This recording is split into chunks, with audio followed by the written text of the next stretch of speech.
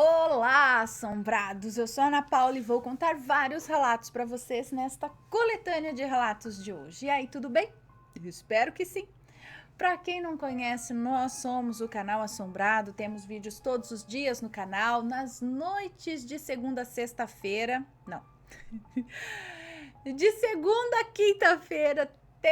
Gente, eu não sei mais o que falar. Fala tanto isso daqui. Aí eu gravei já um monte aqui que eu tô passada. Mas de segunda a quinta-feira tem relato ao vivo entre 10 e 11 horas da noite. E nas noites de sexta, sábado e domingo, às 10 da noite, tem um tipo ao vivo para vocês. Às 11 da manhã, todos os dias, tem relato, tem tipo ao vivo de segunda a sexta, coletânea de relatos no sábado e coletânea temática de relatos no domingo. De segunda a sexta também tem Almanaque Assombrado com o Matheus, que sai sempre entre 4 da tarde e 7 da noite, certo? E a gata quer entrar, ela fica unhando, só que se ela entra, ela fica me atazanando aqui. Ela unha que nem cachorro para entrar. Pede. Bom, pessoal, não se esqueçam também de deixar o seu like neste vídeo, ok? Não se esqueçam do like. E vamos lá. Ai, gata. Não dá para concentrar com essa unhada na porta. Pera aí, que eu já venho.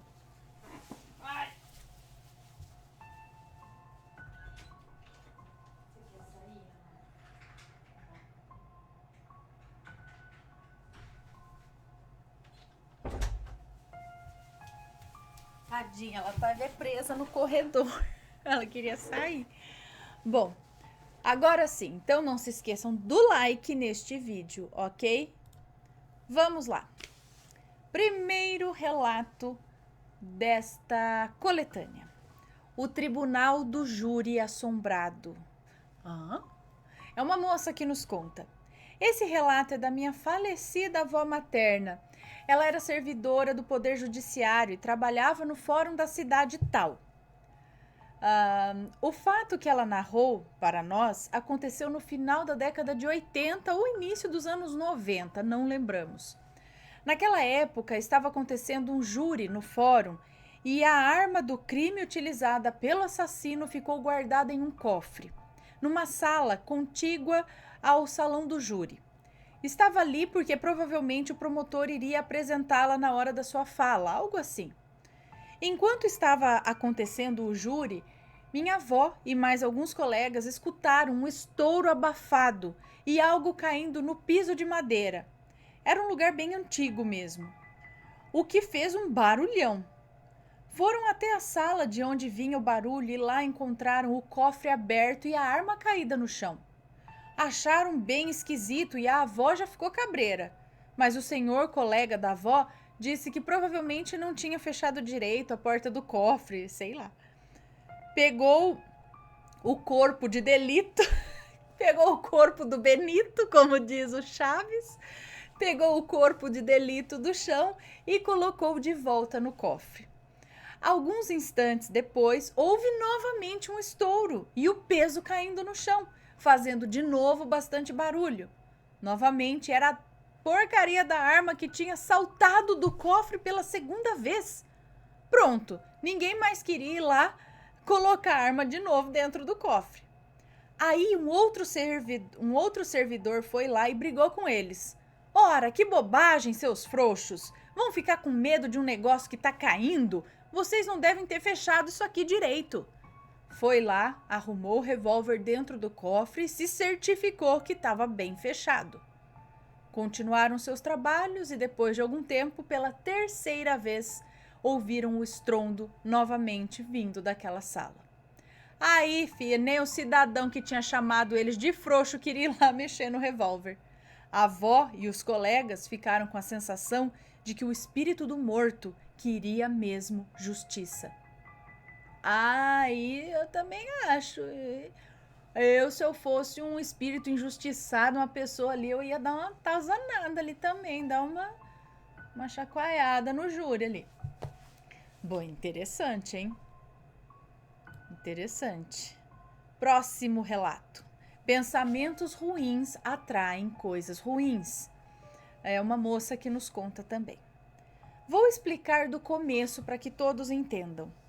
Quando eu era mais nova, tinha muita curiosidade pelo sobrenatural. Desde pequena, eu tinha tipo umas visões que eu acredito serem de outras vidas. Quando eu ia fazer alguma coisa, sabia que já tinha feito aquilo. E isso começou quando eu tinha uns 7 anos de idade. Minha mãe, nesse tempo, começou a frequentar uma igrejinha e levava eu e minha irmã mais nova com ela. Eu me sentia extremamente bem lá dentro. Então eu cresci, me tornei uma adolescente rebelde. Não me dava com a minha mãe e muito menos com o meu padrasto. Eu apanhava muito porque eu fazia por onde. Eu era uma filha que eu não desejo para ninguém. Nessa época ainda ia para a igreja com a minha mãe, mas agora forçada. Não sentia mais o amor de antes. Parecia que algo ruim tinha tomado conta de mim. Eu via vultos constantes passando na frente da porta de casa. Eu ouvia passos, eu via seres deformados dentro dos carros das pessoas na rua. E eles me olhavam pela janela dos carros. Então, por rebeldia, com 16 anos, fui morar com o pai do meu primeiro filho, onde tudo só piorou. Eu não ia mais à igreja e pensava comigo, agora ninguém me manda. Ou agora ninguém manda em mim, é isso? Foi aí então que as visões aumentaram. Eu via vultos pequenos andando pelo quarto. Eu via braços podres saindo do guarda-roupa. Eu sentia que alguém muito pequeno vinha correndo, abraçava minha perna e sentava no meu pé, agarrado, e ali ficava. Eu comecei a ficar com muito medo e entrei em depressão. Fiquei 15 dias internada na ala psiquiátrica do hospital. Voltei então a orar a Deus e pedir proteção, implorando para nunca mais ver nem sentir nada. Até que um dia tudo acabou.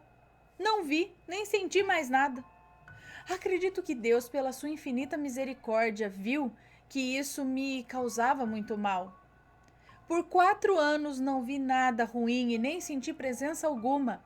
Mas ontem, dia 1º de janeiro de 2020, aconteceu algo que me deixou muito assustada.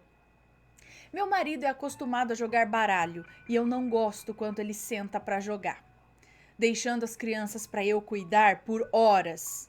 Eu fico quase maluca. Os dois são muito agitados, um com 3 anos e o outro com 11 meses. Então ontem eu briguei com ele e mandei ele ficar jogando na casa da minha sogra, onde nós estávamos. Eu briguei com ele e mandei ele ficar jogando na casa da minha sogra, que é onde estávamos. Peguei as crianças e vim para casa. Na rua veio um pensamento involuntário na minha cabeça assim: quando essa desgraça chegar em casa, eu vou estar com o capeta esperando ele. Quis dizer que ia estar muito brava esperando ele, sabe? Eu, raciocinando o que eu tinha pensado, parei e repreendi o pensamento e falei: Deus me livre. Cheguei em casa, fiz o jantar e coloquei as crianças para dormir. Quando ele chegou, era tarde. Conversamos e nos entendemos. Eu tenho o costume de ficar acordada até tarde para assistir o relato ao vivo, todos os dias. Não perco um relato sequer. E meu marido vai dormir cedo, pois acorda cedo para trabalhar. Eu tomei um banho e me sentei no sofá. Comecei a sentir um cheiro ruim, de gente que não toma banho, sabe? Parecia suor misturado com cheiro de, sei lá. Enfim, era um cheiro de gente que não toma banho. Me cheirei várias vezes, mas não podia ser eu, afinal eu tinha acabado de tomar banho. Após eu ter assistido o relato, peguei o celular e fiquei jogando um joguinho, e aquele cheiro continuava. Lá pelas 4 da manhã eu já estava com sono e logo ia dormir. Foi quando aquele cheiro veio, mas veio forte, e alguém começou a sapatear na frente da porta da minha casa. Sapatear? Eu senti um bufo, uma respirada forte de ódio, sabe? Assim, até cuspi. Senti um bufo no meu ouvido esquerdo. Foi tão forte, tão quente, que eu senti queimar meu ouvido por dentro. E ao mesmo tempo que escutei isso no meu ouvido, escutei que o que estava lá fora sapateando bufava também. Meu coração quase saiu pela boca. tive uma queda de pressão, de tanto medo. Medo de tudo aquilo voltar, que já tinha passado antes. Me acalmei, peguei o celular e mandei mensagem para minha mãe, pedindo que ela orasse por mim. Sei o quanto a oração de mãe é forte. E ela é crente até hoje. Então, sempre que preciso, eu ligo ou mando mensagem pedindo oração. Ela orou e o cheiro ruim sumiu. Então, acordei meu marido e contei tudo. Por sorte, ele acreditou em mim e ficou com medo também. Espero que essa tenha sido a minha última experiência sobrenatural, pois eu tenho muito medo. Então, tipo, aquele comportamento dela, rebelde, que ela falou que ela não desejaria ela como filha para ninguém, né, na adolescência. Então, esse comportamento ruim atraía todas essas coisas ruins, né? Pelo jeito, ela talvez seja um pouco mais sensível, ainda sendo sensível e tendo esses comportamentos ruins, isso atraía as coisas ruins ou coisas ruins a influenciavam a ter esses comportamentos ruins e aí viram a bola de neve. Bom, próximo relato. Ele veio avisar. É uma moça que nos conta. Quando minha mãe tinha por volta de seus 20 anos, ela tinha contato com quase todos os seus vizinhos. E uma das vizinhas lhe contou esse ocorrido. Essa vizinha da minha mãe, que aqui vou chamar de Renata, era uma mulher muito carismática e brincalhona. Ela tinha um amigo que sempre passava em frente à sua casa gritando a plenos pulmões: "Oh, Renata!" Ao que ela respondia com um alto e bem-humorado: "Vai pro inferno!" E o homem sempre dizia: "Não se preocupe, que quando eu for eu te aviso." E os dois caíam na gargalhada. E o diálogo sempre se repetia, com muito bom humor entre os dois. Um dia, enquanto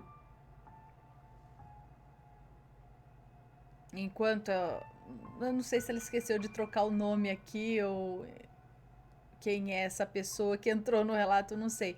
Um dia, enquanto, acho que enquanto Renata lavava as louças, ela ouviu mais uma vez o grito de seu amigo e foi logo respondendo: "Vá pro inferno!" Então seu amigo respondeu: "Já fui, tô te esperando lá." Raquel não, gente, é Renata. Renata, já sabendo do histórico de brincadeiras, não deu importância e continuou seus afazeres.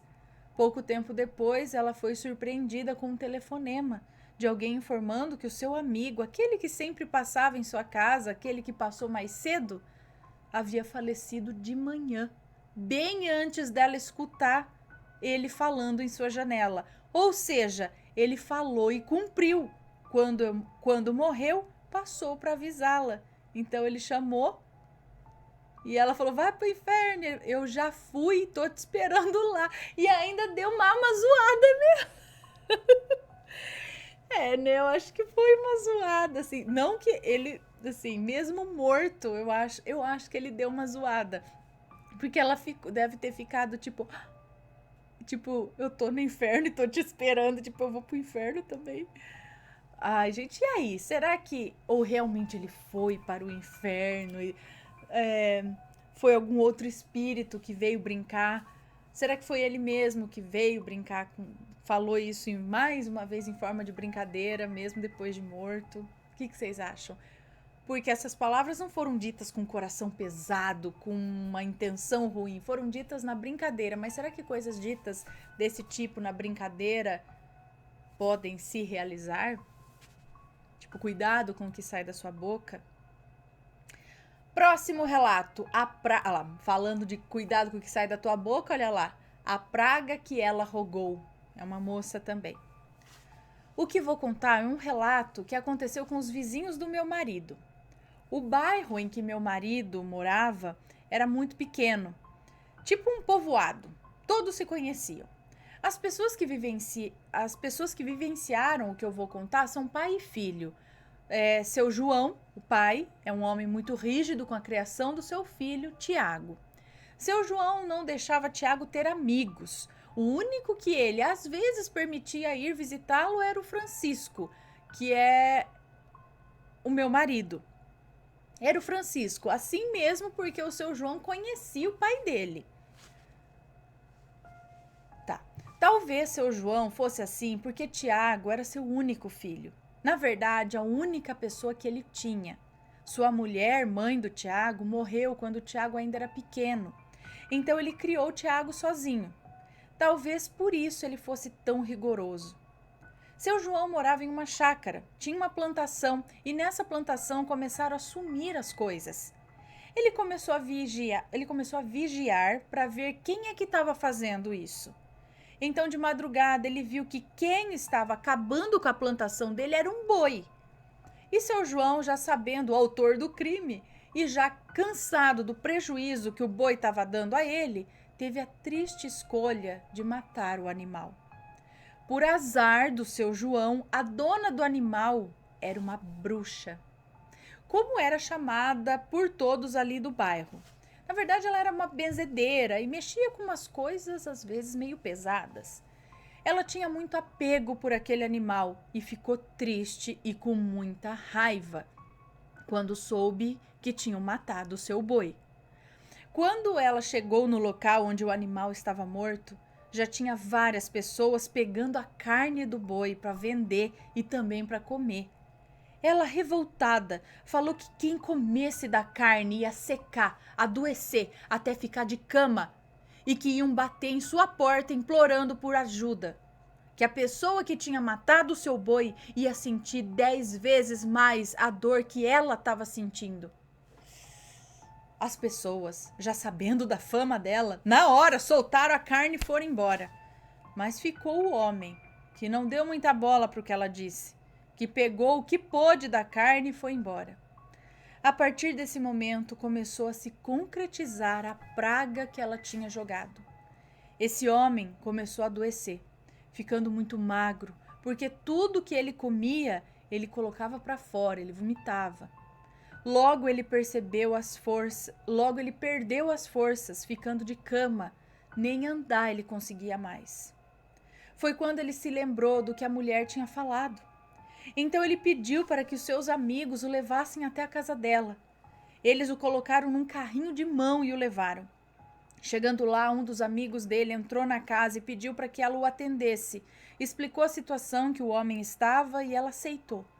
Quando o homem entrou na casa dela, ela deu uma risada de deboche e falou: "Demorou, mas veio. Eu sabia que ia chegar uma hora que me procuraria, implorando pela minha ajuda." Mas mesmo assim, ela o ajudou. Fez uma reza nele e passou uns chás para ele tomar, que logo ele ia ficar bom, e o mandou para casa.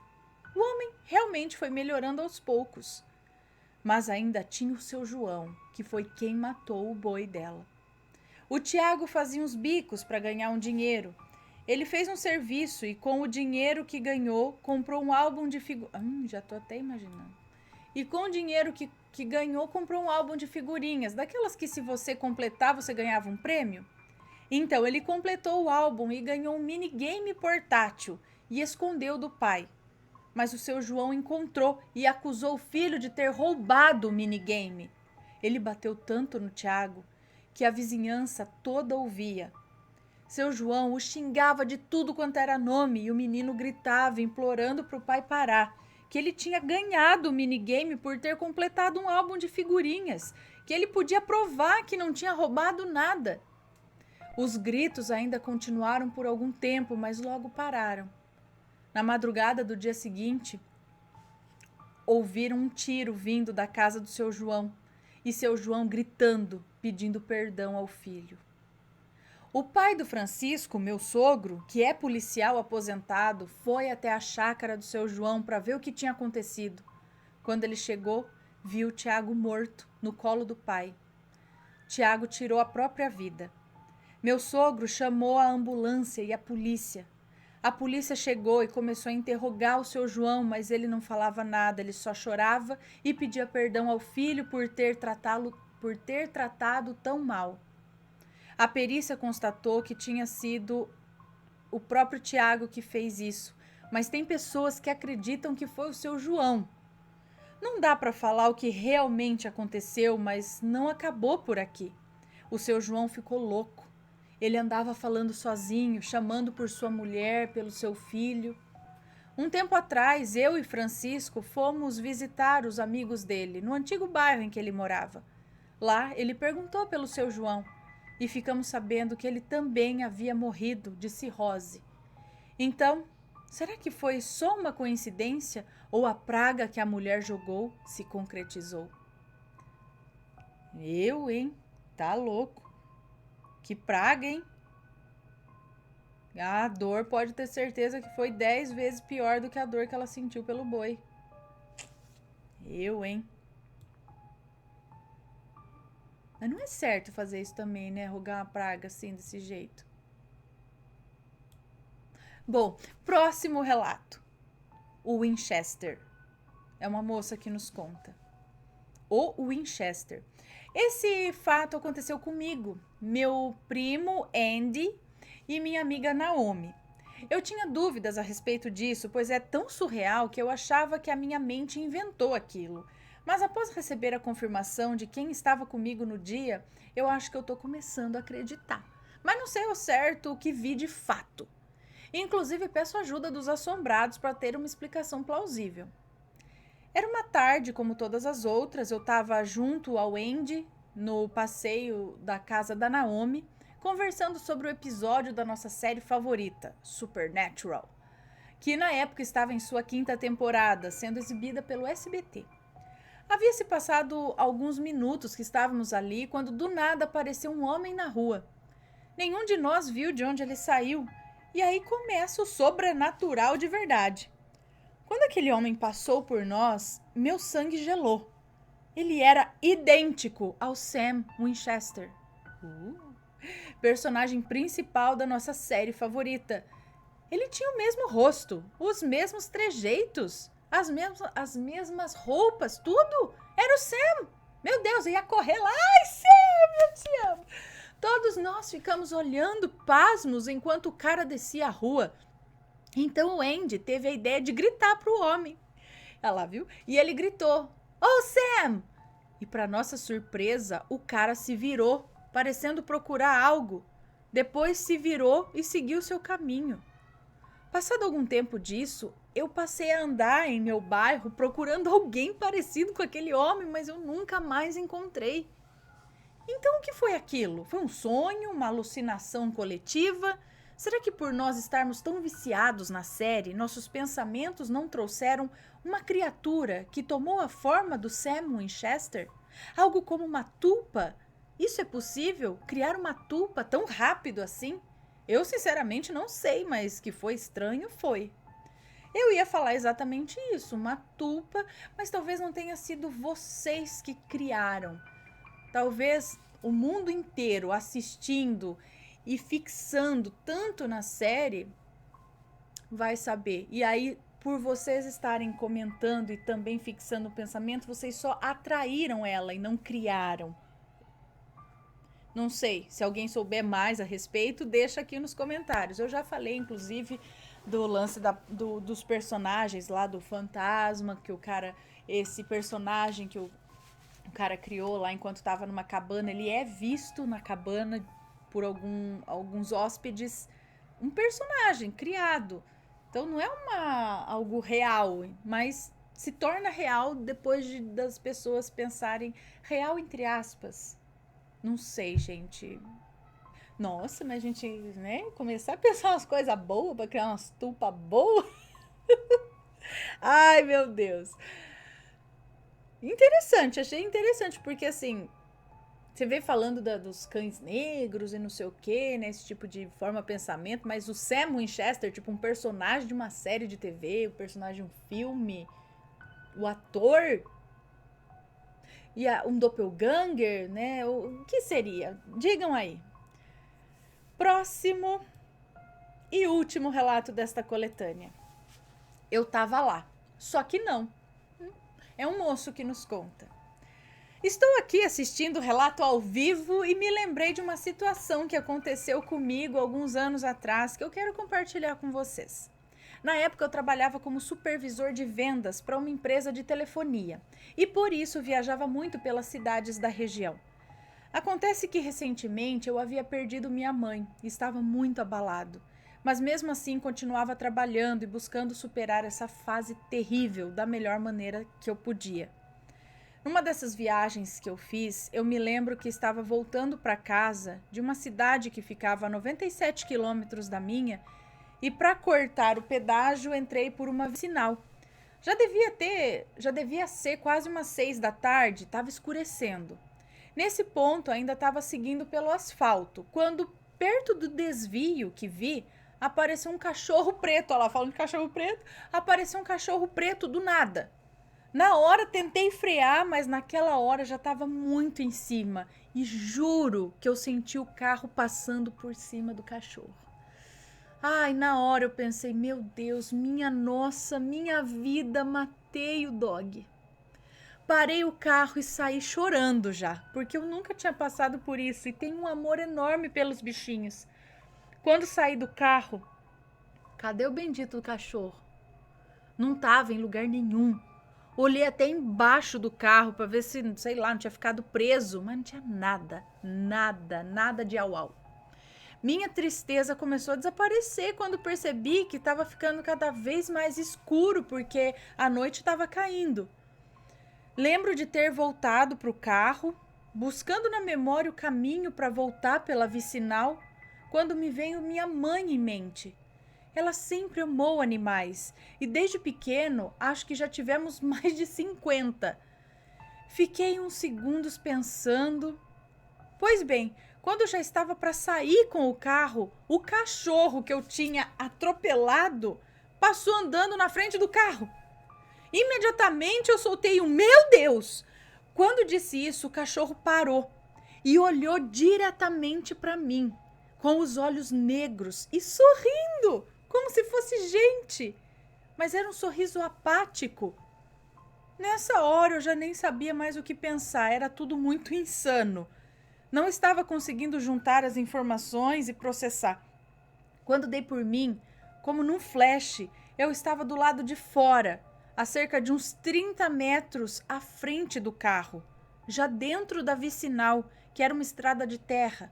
Estava escuro e frio e eu estava com medo, parado, tentando entender o que estava acontecendo.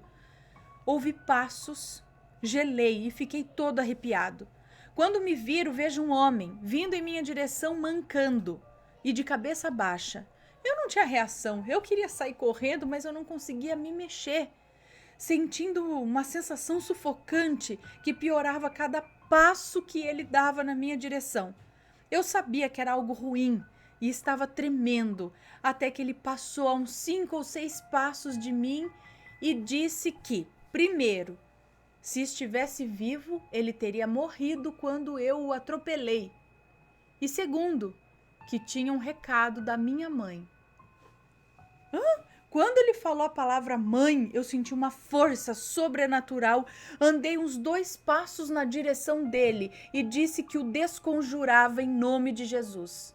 Disse para ele sair de reto, porque ele não era bem-vindo. Ele começou a falar junto comigo, mas em voz baixa, até que foi aumentando e eu continuei desconjurando, falando que o repreendia, apelei para os santos e ele foi aumentando o tom de voz até que ele gritou. Ele gritou tão alto que fez eco. Detalhe, estava no meio da rua de terra, sem nada para dar eco. No momento seguinte, eu estava no carro, novamente encharcado de suor. Eu estava lá, mas não estava lá. Ou tava. Só que não sei. Minha primeira reação foi ligar o carro e sair correndo dali, mas percebi que eu não estava sozinho no carro. Havia uma presença muito boa comigo. Eu já estava com a mão na chave quando decidi que deveria orar. Orei por alguns instantes e segui o caminho de volta. Eu tenho certeza que estive lá, mas não em carne, mas sim em espírito. E essa foi uma das experiências extracorporais mais ricas e detalhadas, mais rica em detalhes e mais espontâneas que tive até hoje. Gente, quem que era esse ser? Ele não era do bem mesmo? Ele tinha um recado da mãe. E o que ele falava? Você não conseguia entender? Não era coisa boa mesmo? Esse cachorro, ele tá... não sei, gente. Não sei. Que coisa louca, nem eu entendi direito. Sei que ele saiu, ele tava no corpo dele, pegou um caminho. De repente ele tava lá na frente, ele viu o ser, esse homem, que ele não sentiu que era uma coisa boa, não. Ai, credo. Ui! Bom, pessoal, a hora que falou que o cachorro parou, olhou pra ele, deu um sorriso. Vocês lembram de uns relatos que a gente já contou aqui mais lá pra trás sobre cachorro com cara de gente? A mulher que tava voltando de uma festa com a filha dela, o filho, não sei, no carro de madrugada, de repente parou um cachorro no meio da estrada, assim, ela teve que parar o carro e o farol só iluminando, o cachorro virou e ficava olhando. Ela falou, gente, ele olhava nos meus olhos, tipo, ele tinha cara de gente, semblante de gente, era muito estranho. Aí eu lembrei disso, será que tem alguns espíritos que se põe ali em forma de cachorro, mas a gente sente que é uma pessoa e até sente que o semblante, a cara dele é de gente? Se alguém tiver algum relato desse, manda pra gente. Bom, espero que tenham gostado. Esta foi a coletânea de hoje. Um beijão pra vocês e a gente se vê num próximo relato. Beijos e fui!